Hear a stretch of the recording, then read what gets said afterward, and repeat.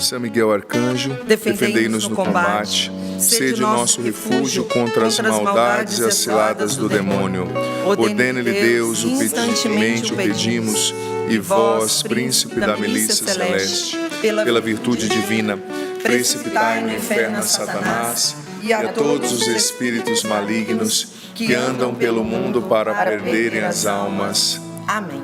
A cruz sagrada seja minha luz, não seja o dragão meu guia. Retira-te, Satanás, nunca me aconselhes coisas vãs. É mal que tu me ofereces, bebe tu mesmo os teus venenos. Santo anjo do Senhor, meu zeloso e guardador, se a ti me confiou a piedade divina, sempre me rege, me guarda, me governa, me ilumina. Amém. Em nome do Pai, do Filho e do Espírito Santo. Amém. A palavra é Efésios capítulo 6, versículos do 10 ao 20. É uma palavra muito conhecida de muitos de nós. Linda.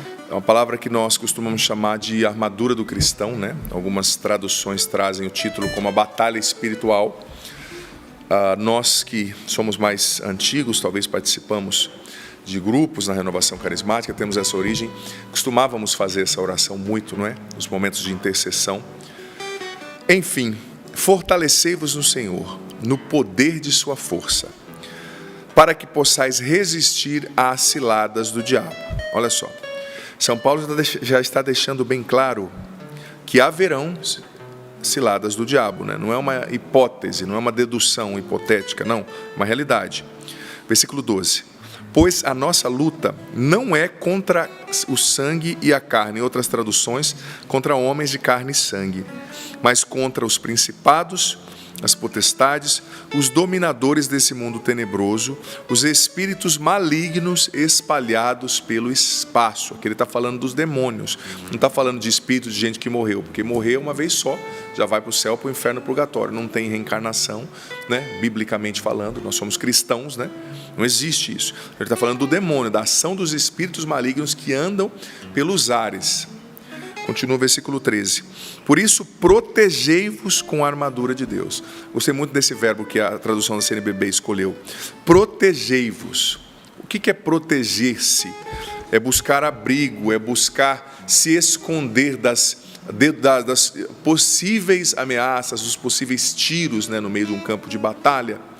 Protegei-vos é uma atitude, né, um verbo que está no imperativo, com a armadura de Deus. Então, olha, São Paulo já está deixando claro, existe o demônio, existem os espíritos malignos, não está muito na moda falar sobre isso não, mas é uma verdade.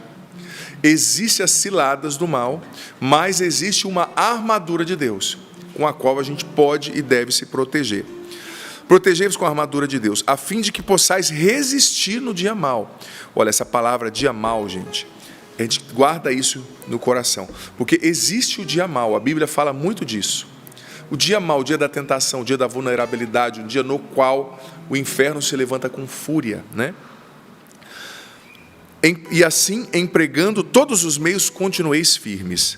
Ficai, pois, de prontidão, tendo a verdade como cinturão e a justiça como couraça. O que faz parte dessa armadura? A verdade, não a mentira, e a justiça, o ser justo. E na Bíblia, a palavra justiça significa, é sinônimo de andar com Deus, né? Abraão era justo porque ele andava com Deus, e andar com Deus, no antigo hebraico, era uma expressão para dizer aliança, comunhão, fidelidade, obediência. Tendo como, volta ao versículo 14, ficai de prontidão, tendo a verdade como cinturão, e a justiça como couraça, os pés calçados de zelo em anunciar a boa nova da paz. O zelo pela pregação, pela evangelização é uma arma, parte integrante da armadura de Deus. Em todas as circunstâncias empunhai o escudo da fé. A fé é um escudo contra os ataques, contra as ciladas do mal, com o qual podereis apagar todas as flechas incendiadas do maligno.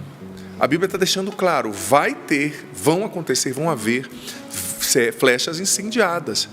Flecha já é uma coisa difícil, né? Imagina uma flecha pegando fogo.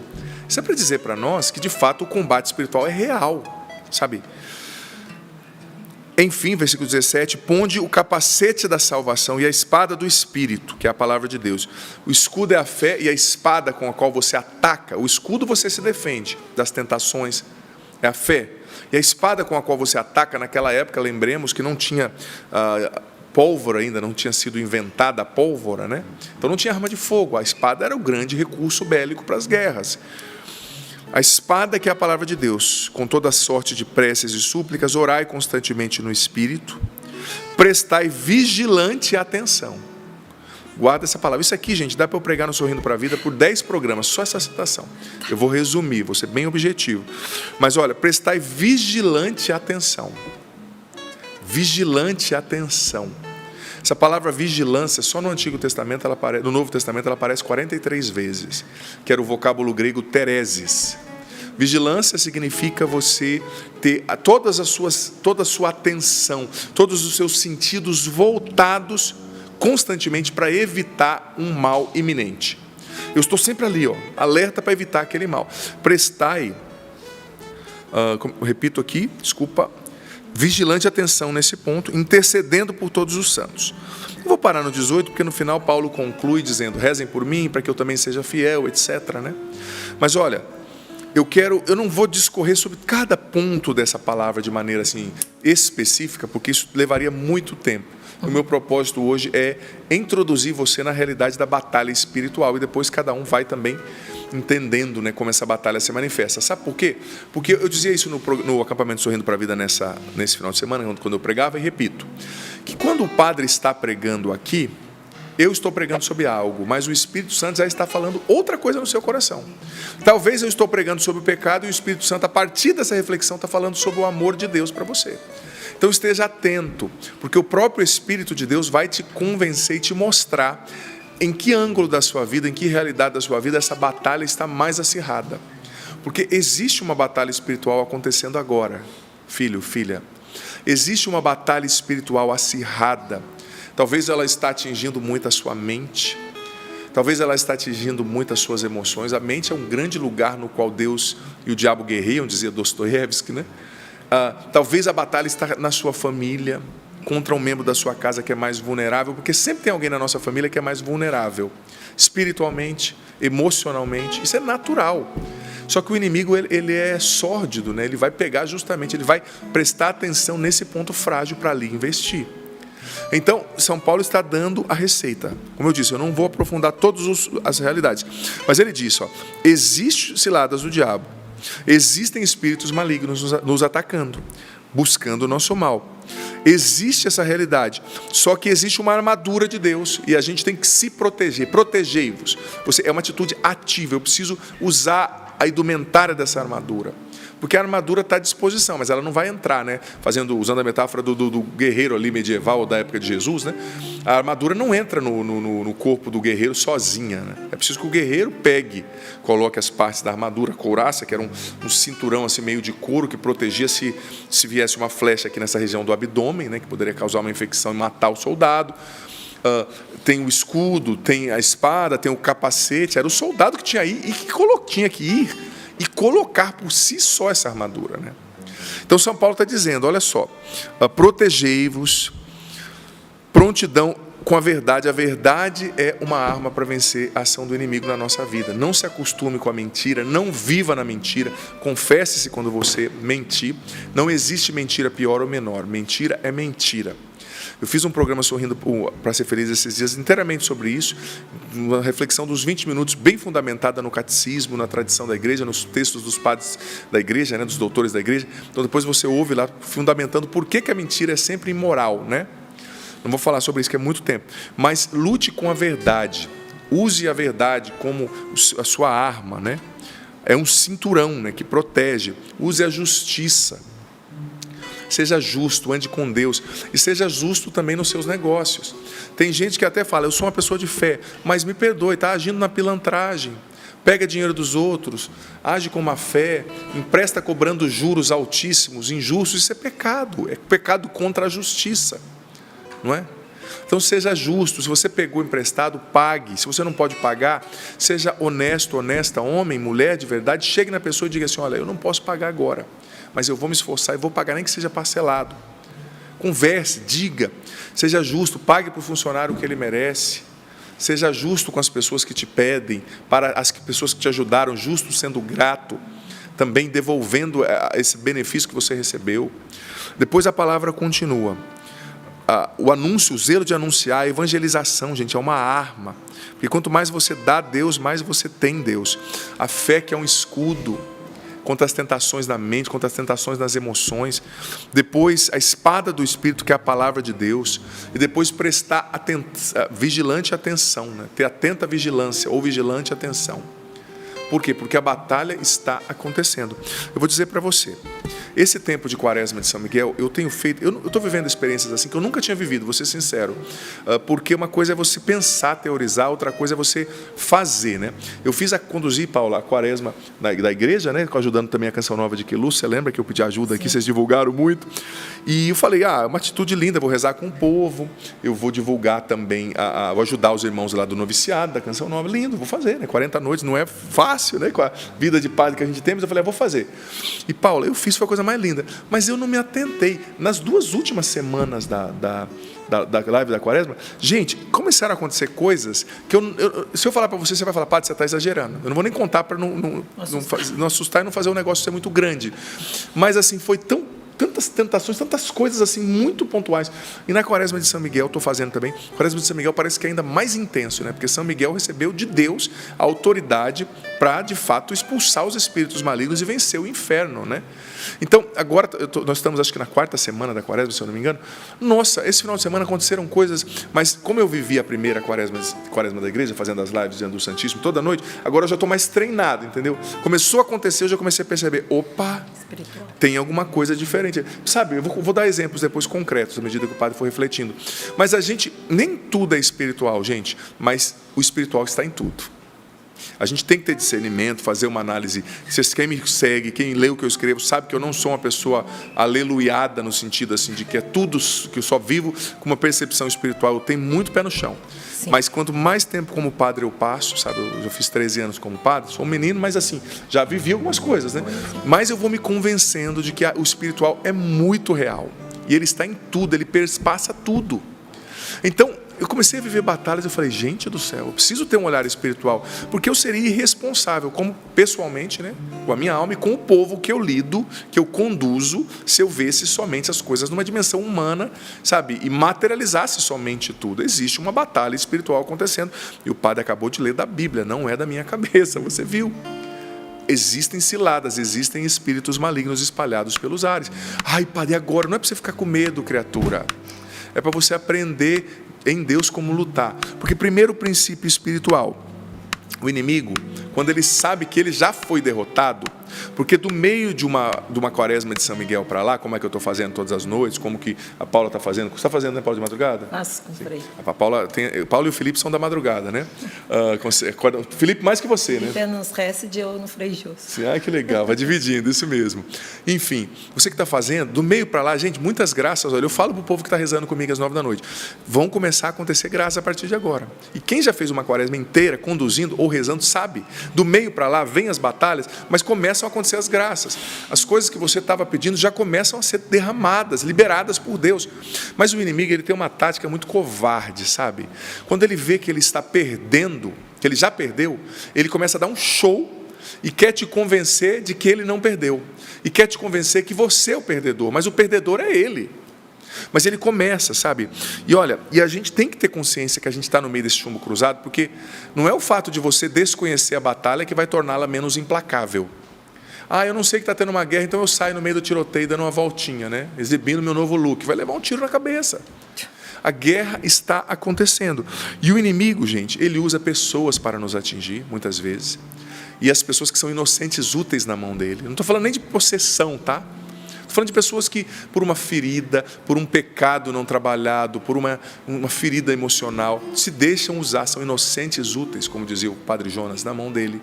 Pessoas, sabe, que dão brechas à inveja. A inveja é um principal motor através do qual o diabo age na vida das pessoas. Eu vou citar daqui a pouco um autor espiritual que eu amo. Gente, ele foi preso por anos por falsas acusações dos próprios irmãos da congregação dele. Era um padre, sabe?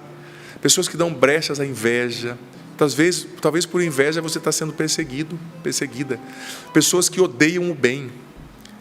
Sabe, ontem eu estava ouvindo uma palestra que me chamou muita atenção, que dizia assim, que a principal marca de que alguém está se deixando usar pelo demônio é o ódio pelo bem.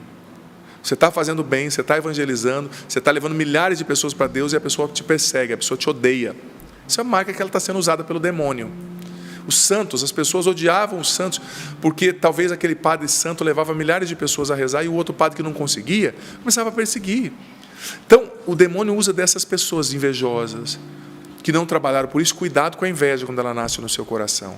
O que combate a inveja? A virtude da caridade, do amor, da bondade. A inveja é você se entristecer pelo bem do outro. Precisamos cultivar a virtude de nos alegrar pelo bem do outro, sabe? Nos alegrar pela felicidade do outro. Então o inimigo nos atinge através das pessoas, às vezes pessoas dentro de casa. Tem pessoas que vão rezar antes de ir para a igreja, parece que o inferno se levanta. É o marido ridicularizando, é o filho dando show. Sabe? Mas isso é um ótimo sinal. Se você está fazendo a quaresma, se você está rezando e você está vendo pancada vindo, olha, é porque o inimigo já perdeu e a tua bênção já está a caminho, não é para desanimar. Eu rezo e nada acontece, eu deixei o pecado e nada acontece. Meu irmão, é uma ilusão de ótica. O inimigo, ele trabalha com a mentira. Então ele quer te enganar para que você ache que está tudo perdido. Não, ele já perdeu. Persevere na oração, mas também faça a sua parte. Persevere na oração. Eu pego no pé do povo que reza comigo. Todo mundo fiel na semana. Chega no final de semana, porque a minha live eu não faço no sábado à noite, que já é véspera de domingo, né? Na liturgia, faço domingo à noite, pula o sábado à noite.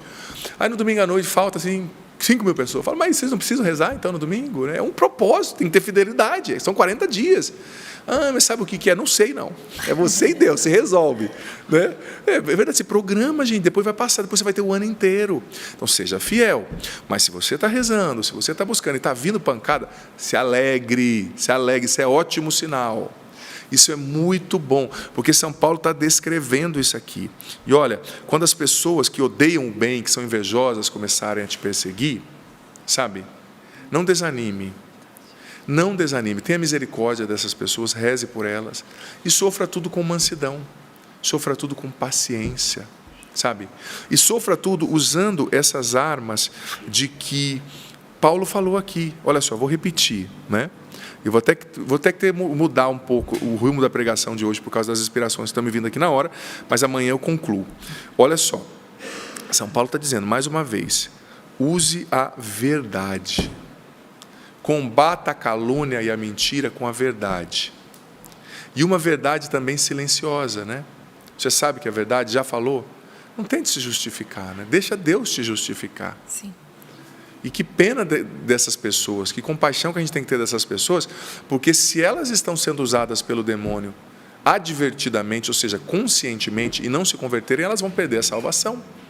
Olha, se a pessoa não está sem consciência, tem gente que às vezes faz achando que está fazendo um bem, mesmo assim, é um pecado, mas é menos grave do que a pessoa que conscientemente vê a pessoa fazendo bem, vê a pessoa evangelizando e quer matar o bem no outro, né?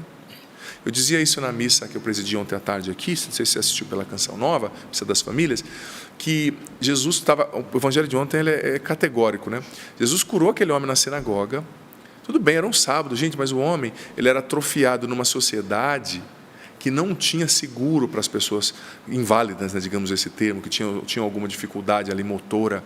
Então, essas pessoas tinham problema na mão, que eram cegos, surdos, se tornavam mendigos. Lembra do cego de Jericó? Ele era mendigo por causa disso, não tinha seguro social, não tinha nenhuma assistência do governo. Então, naquela mentalidade da época, uma pessoa que tinha um problema na mão, que era cega, era considerada amaldiçoada por Deus, né? Que tinha pecado. Então, olha a caridade que Jesus fez para aquele homem, quantos anos. A mão na Bíblia é o símbolo da ação, eu dizia ontem na missa. Ele não podia agir, ele não podia trabalhar, ele não podia produzir. Mas Jesus fez esse bem e aqueles fariseus invejosos odiaram, vendo Jesus curar o homem.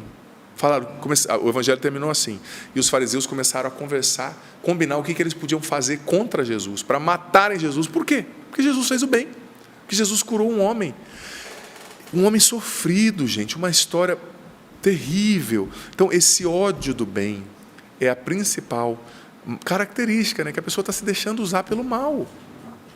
E se isso acontecer contra você, mais uma vez eu digo, se alegre. Eu sei que é difícil, eu sei que é pesado, Mas se alegre, continue fazendo bem, continue usando a verdade, continue sendo uma pessoa justa. E eu insisto nessa questão da justiça, viu, gente? A gente, muitas vezes, a nossa cultura ela é muito suscetível a isso. Esses jeitinhos, tem que ser justo. Hoje eu estava vendo uma entrevista cedo, quantas pessoas destroçadas por esses jogos novos, esses caça-níqueis, tipo tigrinho, essas coisas assim, né? Destroçadas, e muitas pessoas perderam tudo porque, por exemplo, influencers mentindo na rede social com um jogo fake, falando, ganhei 1.000, ganhei 25 mil, para as pessoas perderem tudo. Você vê como o mundo é injusto, como as pessoas estão corruptíveis hoje. Para terem dinheiro, elas fazem de tudo. Se aliam ao crime, gente jovem, quanta gente jovem você vê na rede social se aliando às facções criminosas perigosíssimas do Brasil. Gente, isso é fato. Quem tem noção assim, do que eu estou falando, antenado nessas questões de rede social, sabe o que eu estou falando. E fazendo vídeos, eu sou de tal facção, eu sou de tal. Sabe? Nós estamos sendo corruptíveis. Mas olha, a justiça, o anúncio do Evangelho. E por que o anúncio do Evangelho? Anunciar com zelo a boa nova da paz. Estou falando de tudo que São Paulo disse aqui na passagem, né? Por que isso nos protege, gente? Porque quando você está anunciando o Evangelho, você está se tornando aquilo que Deus sonhou para você, por toda a eternidade. Pelo seu batismo, eu e você somos missionários pelo nosso batismo. Então, quando a gente concretiza aquilo que nós fomos feitos para ser, ou seja, divulgadores, anunciadores do bem, da palavra, uma graça especial de Deus vem sobre nós. Quem evangeliza tem uma graça e uma proteção especial de Deus, que até mesmo quando essa pessoa erra, a graça de Deus conserta de alguma forma no processo. Porque a disposição de evangelizar é uma bênção e atrai muita bênção para você. Tem muita gente cuja vida não está boa porque só quer receber. Eu vou na missa só se tiver algo bom, se tiver uma cura, uma libertação. Não vou participar, eu não vou para evangelizar, não vou para servir, para limpar o banheiro da paróquia, não. Eu quero ir para receber. Quando vem um padre famoso, você não entendeu nada. Você precisa servir, anunciar, evangelizar, talvez com as suas palavras, sobretudo, mas também servindo na igreja, ajudando. O servir a Deus é um escudo que nos protege do maligno. O dar-se por Deus e pela obra dele, o ajudar financeiramente, o contribuir de alguma forma. E a palavra continua. Escudo da fé. Gente, como a gente precisa manter o escudo da fé polido e afiado. Porque as maiores tentações, elas acontecem na nossa mente contra a fé, contra a confiança em Deus. Você sabe que eu fundamentei essa palestra de hoje, essa pregação de hoje e a de amanhã, porque eu vou ter que dividir, Paulo, não vai dar para hoje. Muito bom. Eu já vi que eu usei, gente, um dos melhores livros que eu já li na minha vida, eu indico para vocês como direção espiritual, estou sendo o seu diretor espiritual aqui, o livro do Lorenzo Scupoli. O Lorenzo Scupoli foi um padre do século XVI. Para você ter noção, São Francisco de Sales citava os livros dele e pedia para os fiéis, para os dirigidos de São Francisco era bispo, para os padres de São Francisco lerem o livro do Lorenzo Scupoli. Então, o São Francisco de Sales é doutor da igreja, então você imagina, né? Ele foi diretor espiritual, acompanhou por um tempo São Felipe Neri, para você ter noção. Diretor espiritual de Santos, gente. E ele escreveu um livro chamado O Combate Espiritual. Tempos atrás eu fiz um retiro lendo esse livro. Gente do céu, você não tem noção. Que eu vou falar hoje e amanhã, que hoje não vai dar para concluir tudo. Amanhã eu faço a segunda parte dessa pregação sobre o combate espiritual, trazendo ali os conselhos, né, que são 17 conselhos do Lorenzo Scupoli, sobre como vencer, enfrentar o combate espiritual. Mas é fantástico, fantástico. Eu vou discorrer sobre isso amanhã com mais detalhe, mas essa pregação foi fundamentada nesse livro, que é um livro que eu hiper aconselho.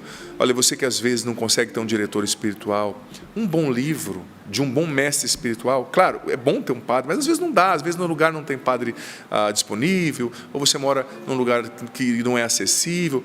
Um bom livro, ele faz às vezes, e como faz, né? Um bom livro de um doutor da igreja, de um santo assim, e ele era especializado no combate espiritual, e ele viveu muitos combates. Ele que é o padre que eu falei que foi preso pelos próprios irmãos, né? Isso foi absolvido no final da vida, sabe? Pessoas invejosas que combatiam o bem que ele fazia, né?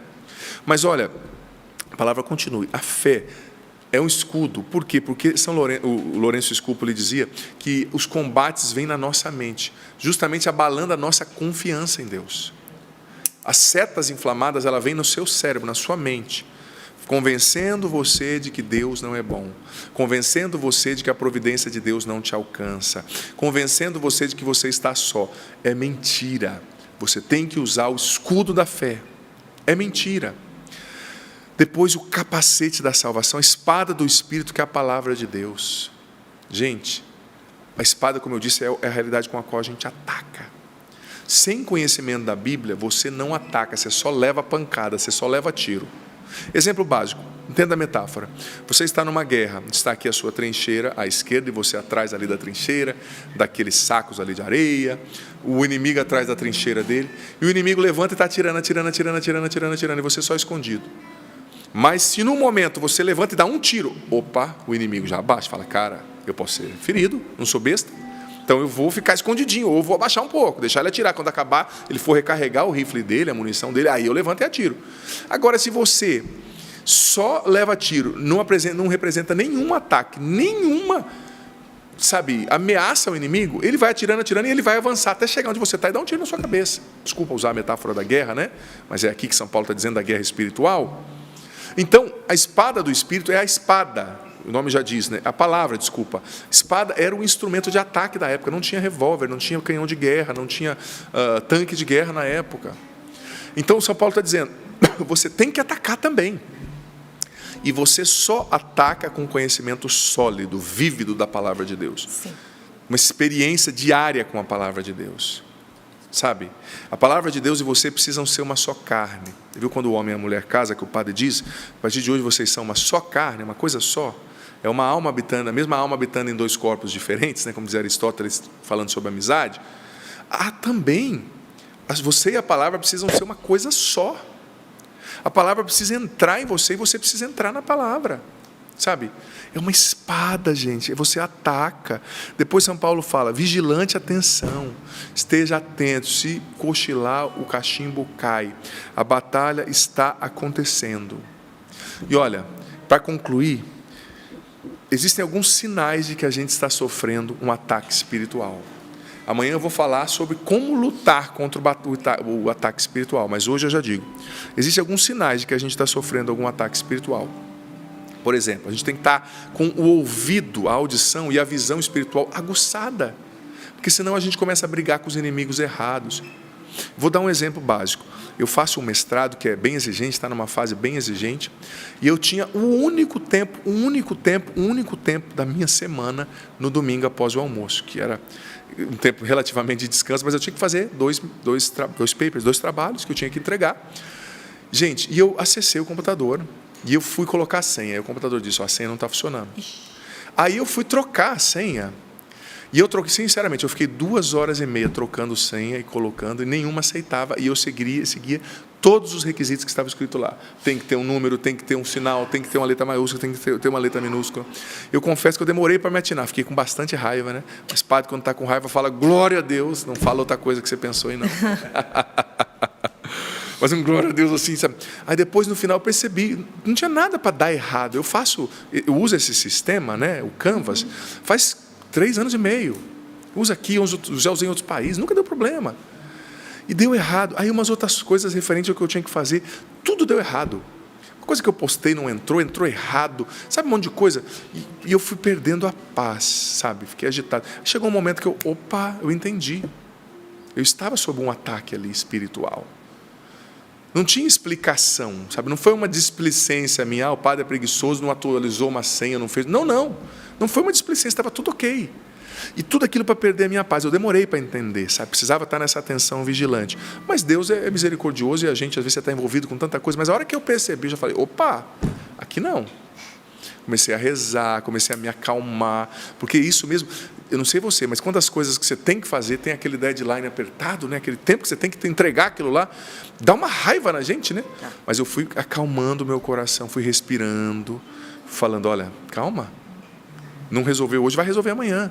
Aí ontem eu liguei lá na faculdade, fiquei 40 minutos falando, peguei até amizade com a pessoa lá que resolve isso, agora resolveu de uma vez, né? E até, sabe, em outro país não é fácil, tempo, mas consegui resolver, graças a Deus. Em paz e fiz o que eu tinha que fazer e vai dar tudo certo, já está dando. Mas a tentação, ela vem, o ataque para roubar a sua paz. É uma briga em casa. Você já percebeu? Vocês estão brigando por bobeira?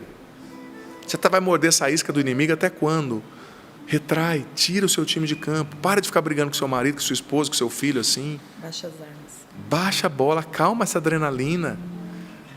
É um ataque espiritual que você está vivendo e você não está percebendo. Olha, o ataque espiritual acontece muitas vezes por perseguições que a gente está sofrendo por inveja, pelo bem que a gente está fazendo, né? A calúnia. Esteja atento. Coisas quebrando ou não funcionando, né? Do nada. Como eu falei do site do mestrado, né? Coisa concreta que eu vivi. Às vezes é no carro. E a tentação, o mal sabe onde o calo aperta, né? Tem pessoas que ficam com raiva e com ira por uma coisa, outras ficam ou por outro motivo, né? Mas a principal meta do inimigo, eu já disse isso aqui, eu acho que a penúltima vez que eu vim aqui, é roubar a sua paz. Quando ele consegue roubar a sua paz, há uma festa no inferno, entendeu? Então você tem que manter os seus olhos fixos em Deus, manter o seu espírito de oração constante e não morder a isca. Veja bem, outro sintoma de ataque espiritual, uma irritação constante e incomum. Você já percebeu que tem épocas nas quais nós estamos com uma irritação constante e comum? Às vezes você está sob um ataque espiritual para roubar a sua paz. Outra coisa, tentações persistentes de pecados passados que você não cometia mais, dizia o Lourenço Scupoli, né?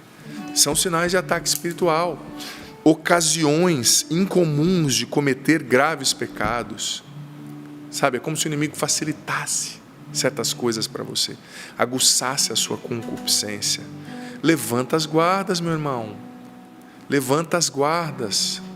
Esteja atento, atenta, vigilante.